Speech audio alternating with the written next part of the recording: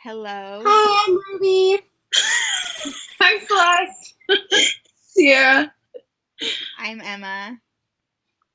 This is group 3, discussion 8. 8. Let me pull mine up. I was just too distracted. Yeah, same. I'm getting mine up right now.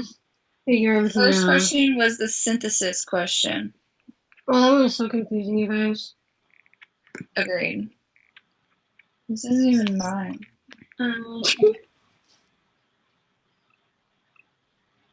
So, yeah, I wasn't sure if we were supposed to just explain what a synthesis was or like synthesize the class. I just synthesized the class because there was nothing else that I could do. Because she defined synthesis for us. Yeah, but like the question said, "What is a synthesis?" Like that was the first sentence, so I was just really confused. I did a mix of the two.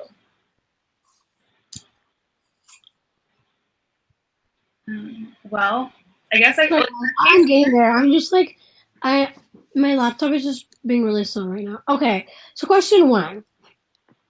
So I said that we talked a lot. I felt like this quarter we've talked a lot about assessments and parent involvement. And honestly, like that's all I can like think of. Like I just think of like how it's so important to accommodate English language learners when it comes to assessing them, and just different assessments. And when I like talked about like having parents involved and how that connects to like the family engagement project that we've been doing. And yeah, that's kind of what I said a little.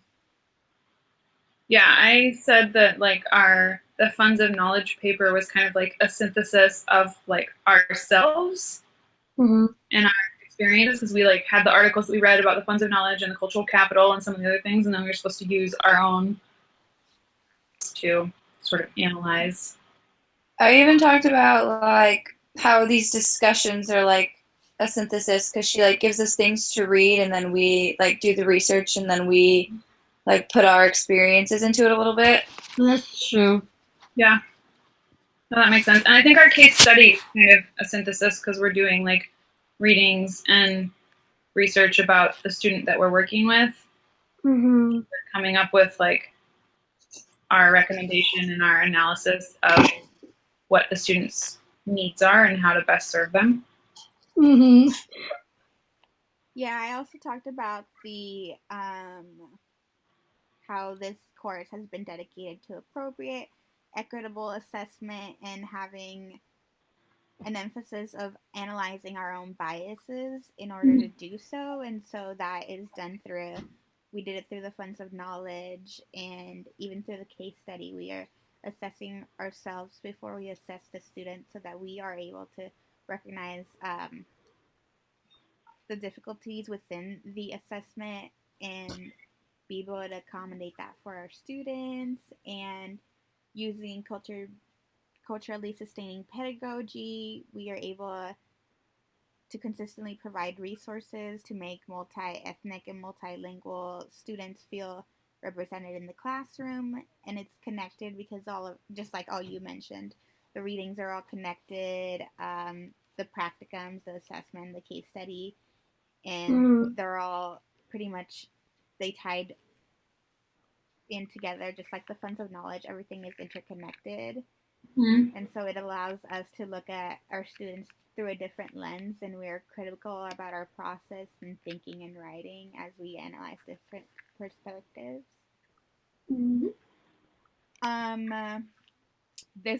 This recording doesn't tell me the time, like how I think we started like 2 or 3 minutes ago.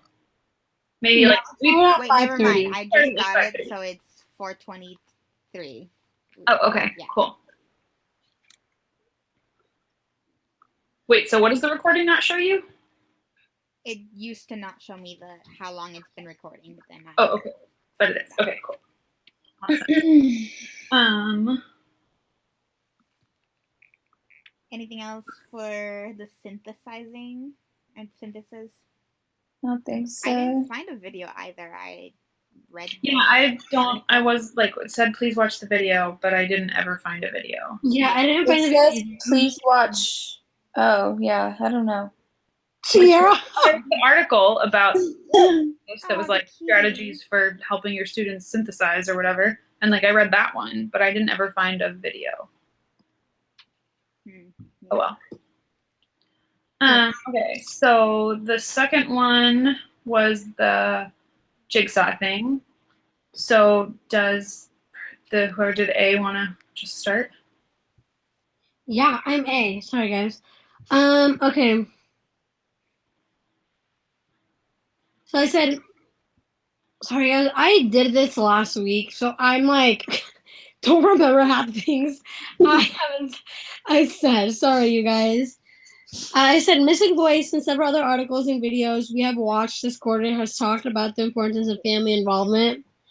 I just said like it's really important for the families to be parents to be involved in in their child's education through interviews or like volunteering or school decision making or and in the students' learning. And I also said it can also be really difficult for diverse families to be involved because of the language barrier and their work schedule and maybe not feeling accepted. Um, or understand the school system. Because I know, like, my family, like, my mom, it was difficult for my mom to volunteer at my school because she just was, like, she just never went to a school here in the United States. So she was, like, she just didn't know how, like, even how ridiculous as it sounds, but it's, like, if your parents have been in the school district, you know, at least, or, like, in the schools here in Washington, I mean, in the United States, it's really different compared to schools in, like, Mexico or different countries. For sure. So my mom just didn't feel like she didn't feel stupid, but she's like, well, I don't really know how it works, or like what even just knowing your schedule, like it's all those different. Yeah. And then I said during the harvest of learning, there were several families that went to Allen Elementary School. I noticed that there were a lot of resources for parents in English and Spanish, and this program was also really helpful for like the parents because it was like later in the evening. And I just like brought up like what Celeste was saying, how even though like some of the Hispanic parents wanted to be a part of the games, they couldn't because of the language barrier because they didn't know English. So it was like it was hard for them. It was like such a great opportunity for families to go there, but at the same time, it wasn't because parents couldn't even be involved in their students' learning or anything like that. So yeah, it was like a weird like missed opportunity that it seemed like the whole event was so great, but then that was a odd thing that they didn't have. Okay. Yeah. I'm B. So Ruby, if you don't have anything else you wanted to say, I can go. Yep, you can go, girl. Okay. Let's see if I can find it. There it is. All right. So mine was about part 1 of the Alaska Native Network Respecting Cultural Knowledge. So the article was a bunch of guidelines, and so it was just like each section it would be like guidelines for educators, and then it was just like sort of bulleted, here's what you should do. But I thought that because it was formatted like that, it was a really like easily accessible, pretty useful article. Guidelines, I don't know. Article seems like a weird way to describe it since it's just like nothing but bullet points. But it was. But I thought it would be a really cool like resource for teachers if you were doing whatever your curriculum was, that it gives you the sort of, does it fit the bill? Is it appropriate? And when should you be bringing someone else in to help you with something so that you're doing it in an appropriate way? So I thought it was a pretty good resource like that.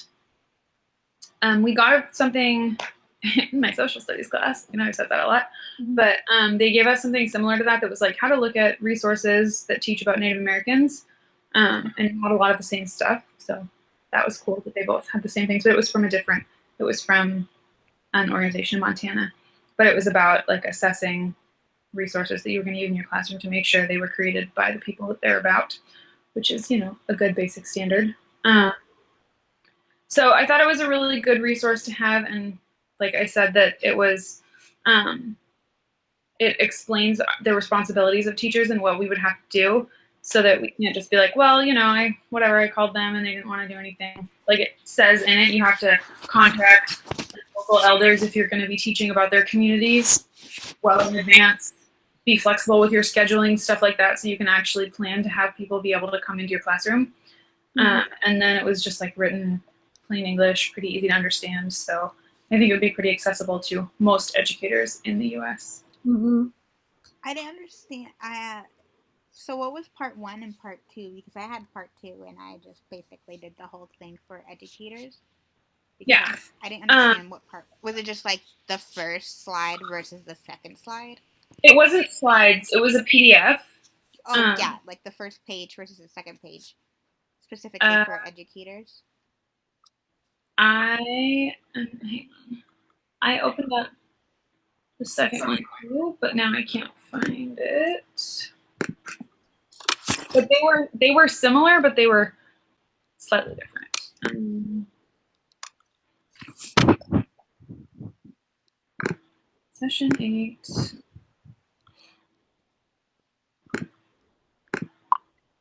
Part 2.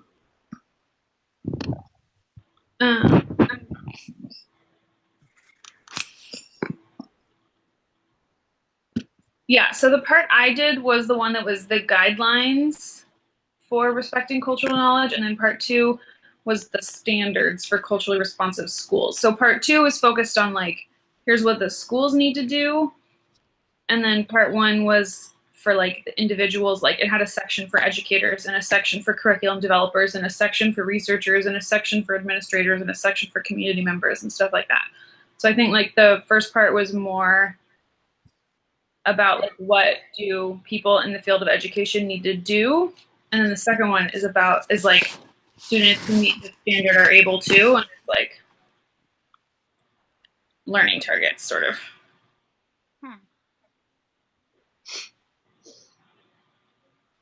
Okay. That's what it seemed like to me. I am C and I am part 2, but I mainly did it. Mine's on what culturally responsive educators must do, because I didn't really see a part 2. Well, it was the second link, I think. Like on the module, it was like Alaska Native. It had the thing, and then it said part 1 and part 2. Like in session 8.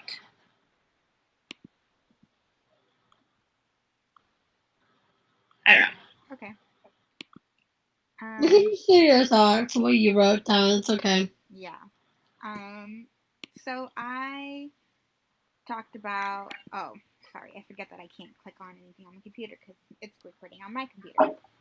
I talked about how educators must incorporate local ways of knowing and teaching in their work by using local environment and community resources, and linking what we are teaching to students' everyday life, and developing trusting relationships with the parents, elders, and challenge students to their full potential. This means that we have to learn more about the community and its values in order to truly develop the relationships with the community and be involved as most as possible. And it's sometimes hard to do as educators because we like our job is never ending, and even if school is out, there's always so much to do, so much to learn, and it's just really important that we stray away from the Eurocentric views and viewpoints and practices within the classroom, so that we are teaching all students, especially Native students, which have often been ostracized from education because their whole history has been erased from history books, and it is also distorted in order to follow that Eurocentric viewpoint within the classrooms. Mm-hmm. Well, that kind of like leads into the next question, but we still have one more. So never mind. I was going to say that leads well. Okay. I understand what you're doing with part 1 and part 2, what you said, now that I look at it. And yeah, part 1 and part 2 were basically the same. Just okay. Yeah. I didn't read through part 2, but it looked like it was probably going to have all the same information, just like phrased in like learning targets? Yeah. Got it. Okay, cool. Okay, do you want me to do mine now? Yeah. Yes. Okay. So I was to look at the Bellingham Promise and Alderwood Title I Family Involvement Plan. And throughout the article, they just had like a bunch of questions and then they like answered them. So the first question was, why is it important for parents and families to be involved in their child's education? And the answer was, this school believes that when parents and families are involved in their child's education, it leads to improved student performance. And then the next question was, how can parents and families be involved at the school? And they listed a lot. It said parent surveys to provide feedback, PTA sponsored events, monthly ELL family night meetings, classroom volunteer opportunities, open houses, parent-teacher conferences, back-to-school meet, kindergarten open houses, kindergarten orientation, kindergarten screening, monthly family literacy nights, family engagement committee, monthly newsletters, before and after school meetings, school website, and the school garden. And then the next one, what is the school parent agreement? And it is create an active partnership between school and home. And then how will the school communicate with parents and families about involvement opportunities? And it said newsletters that includes the Spanish, open houses, school messenger, emails, phone calls. And then the last question was, how will parent and families contribute to the parent and family involvement plan? It said soliciting their input in surveys at open houses and at ELL family meetings, and then PTA events. It was just really cool reading this because it's like actually in our community, like it's in Bellingham. Yeah. So like it's cool to see what like schools around us are actually doing. But yeah. Yeah, and I think it's cool to see in all the Bellingham schools that they have it up in English and Spanish. Mm-hmm. That they like, that it's posted everywhere and it's not just in English. Yeah. I like that they have that in all the Bellingham schools. Okay, the next question was for all of us. Read through all levels, elementary, middle, and high, and since time immemorial curriculum under curriculum essential questions and outcomes. How does the unit overview and the essential questions push back on what you might have learned about Indigenous populations in school? How does it better inform ways that contemporary tribal information can be included in your future teaching?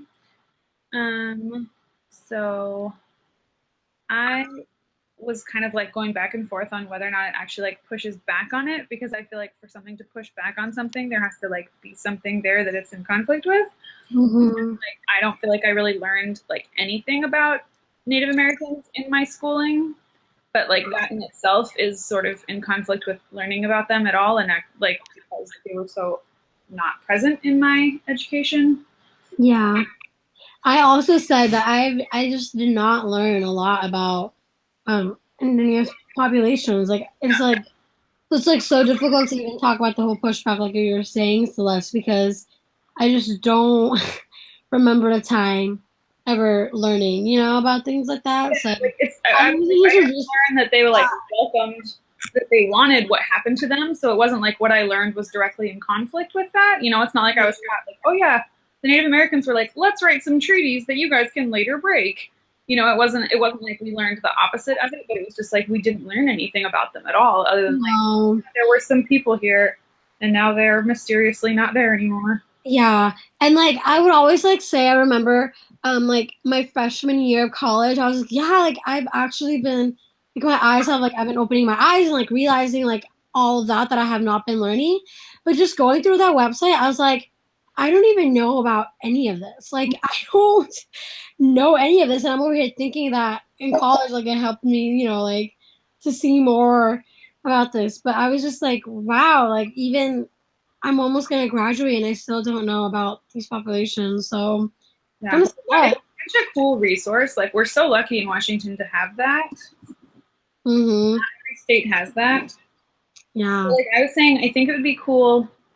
It's like those essential questions I think are pretty relevant to pretty much anywhere in the U.S. if you're learning about the Native populations that were there.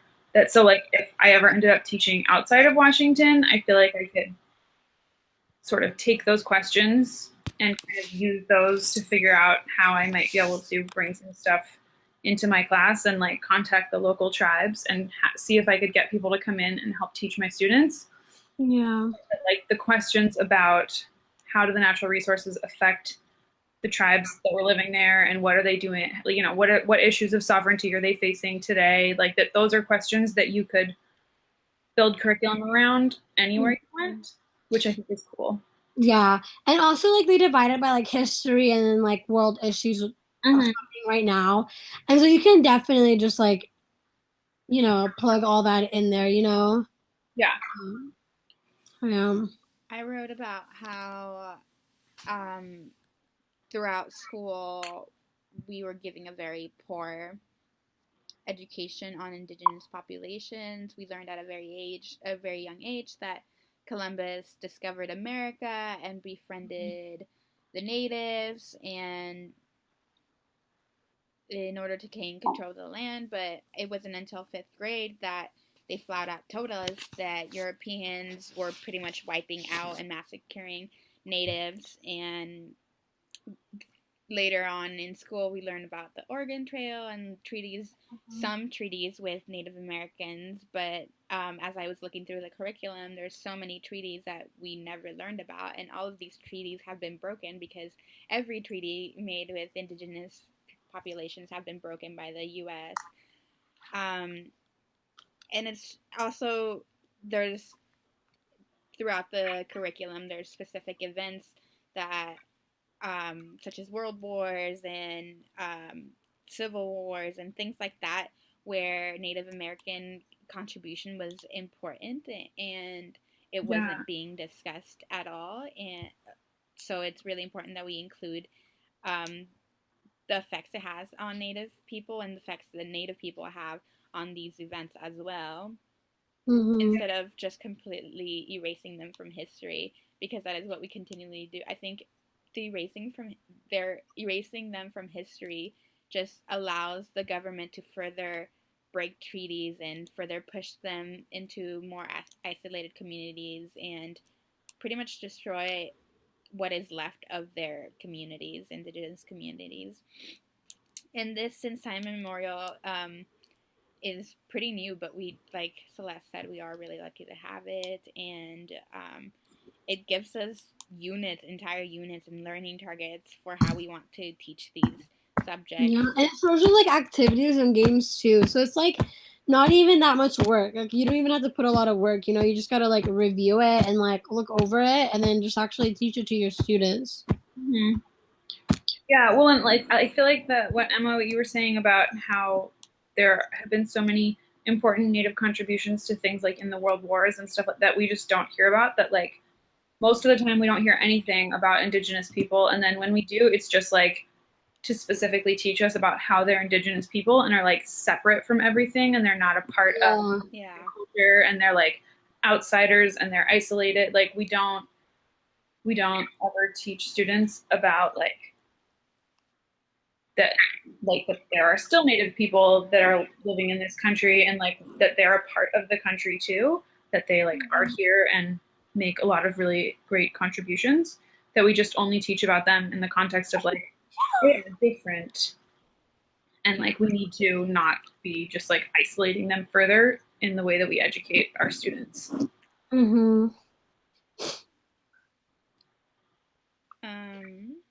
Sierra, what did you write about?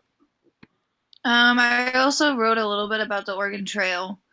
I don't know, I just hated history, and so like that's the only thing I can really even remember about that kind of stuff, because we did like that engaging like Oregon Trail game. I don't know if you guys did that. The computer game? No, we were like put into like groups where we were given scenarios of where we had to like move through the Oregon Trail, and like we would bring things in and like bring food in that they would be eating. Whoa, no, I don't know what that is. Yeah, we did this like huge project on it. That's the only reason I like know a little bit about that, but otherwise like I don't ever really remember it. Yeah. Did you learn about Native Americans when you were talking about the Oregon Trail? I assume so. I don't know. I don't remember. Yeah, I don't remember a lot about like I do remember learning about the Oregon Trail, but it was literally from the book. So that's why like I knew like nothing. Like I'm more like aware of things like that now that I'm in college, but in high school like I knew absolutely nothing about it because like when it comes to me like if I just read off a textbook like I can't like I can get an A in a class and read off a textbook, but like not get anything out of it. So like, even though maybe they actually taught us, but I just don't remember a lot. That's how I feel. Yeah. Yeah, I think it also has to do with the fact that indigenous people have been deleted and erased from history. So, thus, Yeah. our history, we don't remember much from it because we haven't been taught much from it or Yeah. about it at all. Mm-hmm. Okay, should we move on to the fourth one? Yep. The video.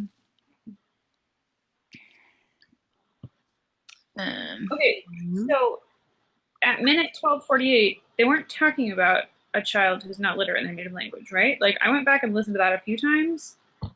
It might not The whole language, have culture, been exact, but it was around there. Yeah.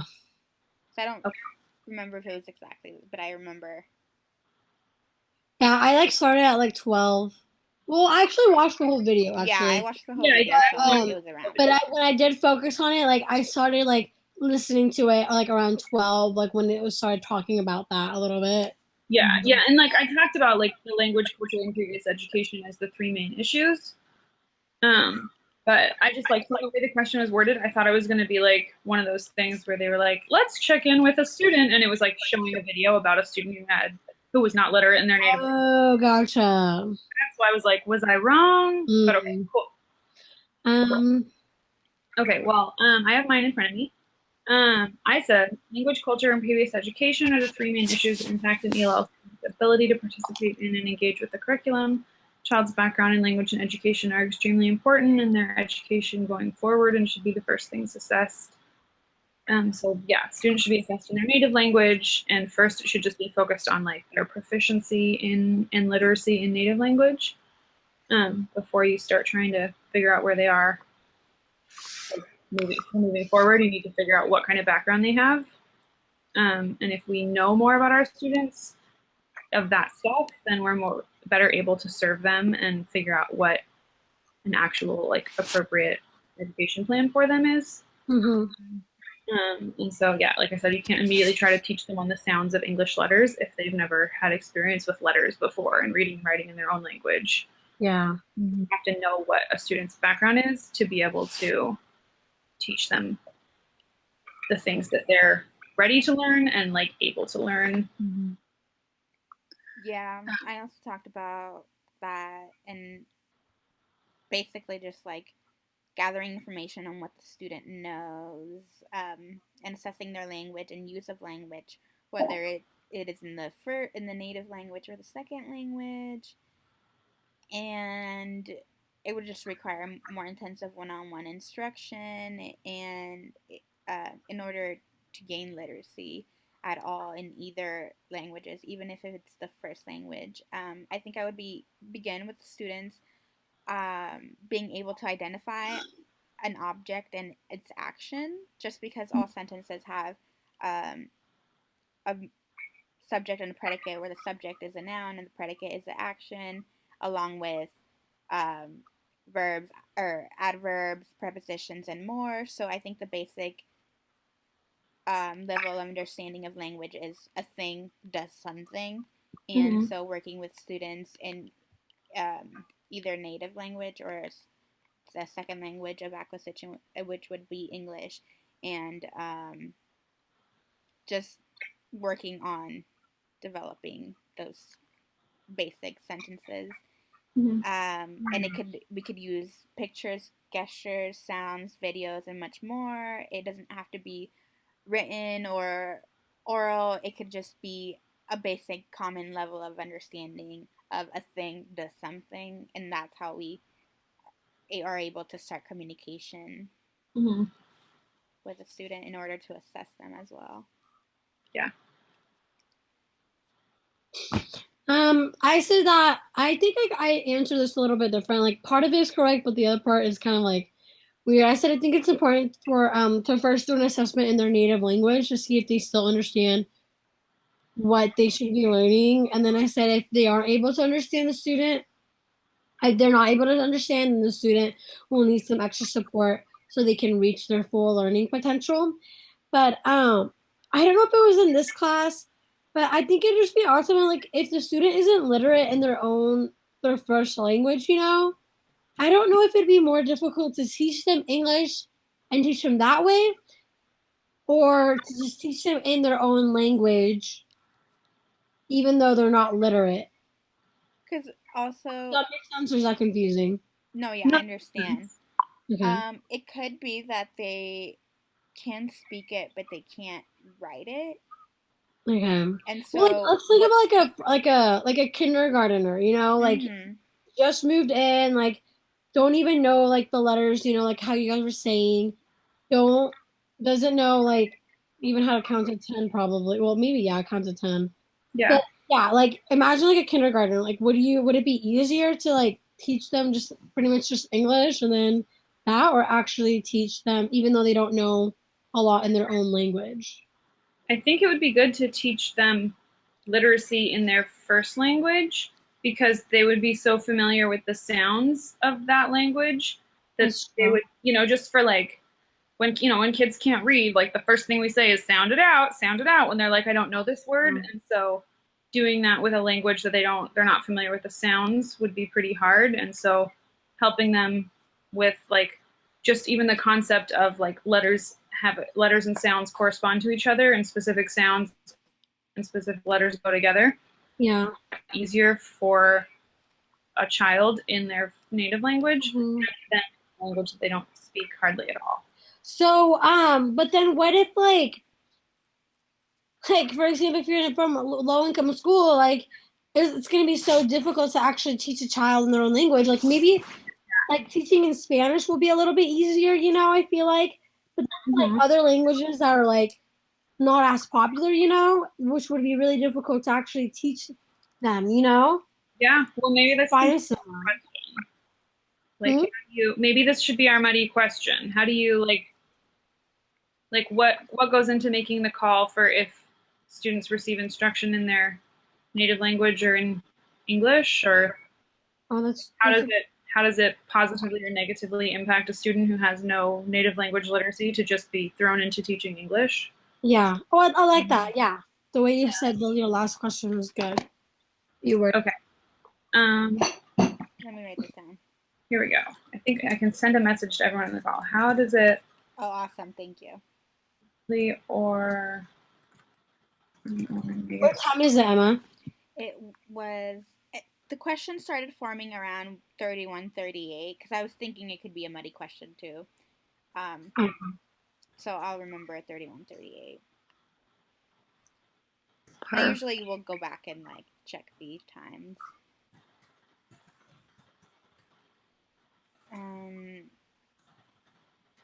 Yeah, because it's just difficult. Because I would also think that you would begin teaching them English and then translate that into their native language. But if they don't have the literacy to translate over, then I'm not too sure. Did you guys all get that? I hit enter and it put like a little speech bubble on my screen. Yeah, I see it. Yep. Wait, it went away. It went away. Wait, is it on the side? No. If you go into the little like 3 dots at the top, one of the options you can click on is chat, and then I think it should open Okay. like a chat thing. I don't see You it. have to click on show message. Mm-hmm. Oh, I see All it. messages, and then there it is. Nice. Could you copy and paste that into our messages? Just because I can't, it doesn't let me copy and paste. Oh, weird. Into what messages? Like our group chat. I'm doing it. I think I got it. Okay, cool. Okay, thank you. Awesome.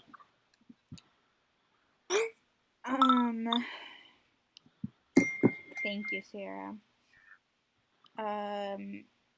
Is there anything you want to add, Sierra, about the video? No, I pretty much said the same thing as Ruby about that the assessment should be in their native language to make sure they're understanding like the context or the content of what they're learning, and to give them more support if they're not. What else did I say? I'm so sorry, Sierra. I think you read mine. Yes. I was like, I don't. You totally read mine, but that's okay. I was like, whoa, like she said something really similar. Oh my god. You guys, okay, just say what you. I literally just said exactly what. I can't get over that. Oh my god. It's okay. Okay, sorry. You can share your idea, Sarah. I think you did it. You did. You got it. You covered it. Okay, what question is this for? Yeah, 4. It's like the first part of question 4. Okay. No. I said that the 3 areas that make it challenging to teach ELLs is language, culture. Actually, ignore that. I don't want to say that anymore. I said that you should do their first assessment in their native language in order to see like their prior educational experience and where their literacy is at. Mm-hmm. And I also just said that the child isn't literate, then they will need someone they will need like more one-on-one to help with literacy and all that. Mm-hmm. And like my question, actually that's so weird because my question in the end was our muddy question. That's so funny. Not even reading it. Nice. Okay, guys, let's move on to the next question. So embarrassing. Do you want to just do that, Ruby, since you're like on your Yeah. Yeah, I said I can help students understand context on standardized tests by connecting my instruction, kind of like what the video said, like connecting my instruction and assessments to the class and standardized testing. Mm-hmm. And I just like talked a little bit, like I was asking my student, she's Mexican, and I'm also Mexican, and it was really funny because she's from Mexico, but I have never, like I go and visit my family, but I wasn't born there. So I don't really celebrate the Day of the Dead. Mm-hmm. I just celebrate Halloween. And so like I asked her, I was like, oh, she's been here for 3 years, I think. And I asked her if she's doing anything for Halloween, and she's like, no, I'm not doing anything. In a really quiet voice because she's really shy and she's really quiet. Anyways, and so then like I went into her classroom like the following week because that was on Monday. That's when we do like the student teaching thing, the practicum part of it. It was their classroom, and like their whole classroom was just decorated with like the Day of the Dead decorations and stuff like that. I was like, oh my gosh, she probably celebrates like Day of the Dead, and it kind of just connects to like what the video was like talking about, like how, you know, some people don't celebrate Halloween, but like when I heard of that, when I was like watching the video, like, that's what made me think of that experience. Mm-hmm. That the purpose of like Day of the Dead in Mexico is like completely different from like Halloween in the American culture. Mm-hmm. But yep, that's what I said. Cool. I'm just almost. I talked about how just the students' assessment of reading has to be tied to classroom instruction and exposure to literacy. So we need to make sure to expose students to references they might be assessed in later. Because the student will not understand just because there's a lot of references. So, for example, there's a lot of biblical references in text, and so providing that extra support and explaining the references is important within the classroom instruction, and also just giving a varied exposure to literacy in which could be different genres, different topics within the genres, and just overall giving students a wide perspective of literacy in order for them to understand things on their own. And I think building the students' background within the assessments in the classroom would be a great option, just like Ruby talked about Dia de los Muertos, incorporating that into and other holidays across the globe into our classroom so that students are socially aware of things going on around the world, because America is very much a melting pot, but it still has various cultures that are being celebrated within the U.S., and so it all matters. And just knowing a lot of everything is basically what we need to teach our students so that they are able to understand things within on themselves, and teaching them how to decode is really important. And that's a huge literacy skill that we need to practice. For my example, I just talked about how one of the students was saying that we were teaching abiotic and biotic factors. I mentioned this in our group before. And they kept on saying that weather was alive, and I just wasn't prepared to teach that. And I think I want to be better at this by being able to build upon their beliefs, and so not to say, no, you're wrong, or just ignore it, because that's what I basically ignored it. I just need to find a way to be, and I think it would have to do more with finding more connection to the community and culture to understand where they're coming from and build upon it and not kind of push it aside. Mm-hmm.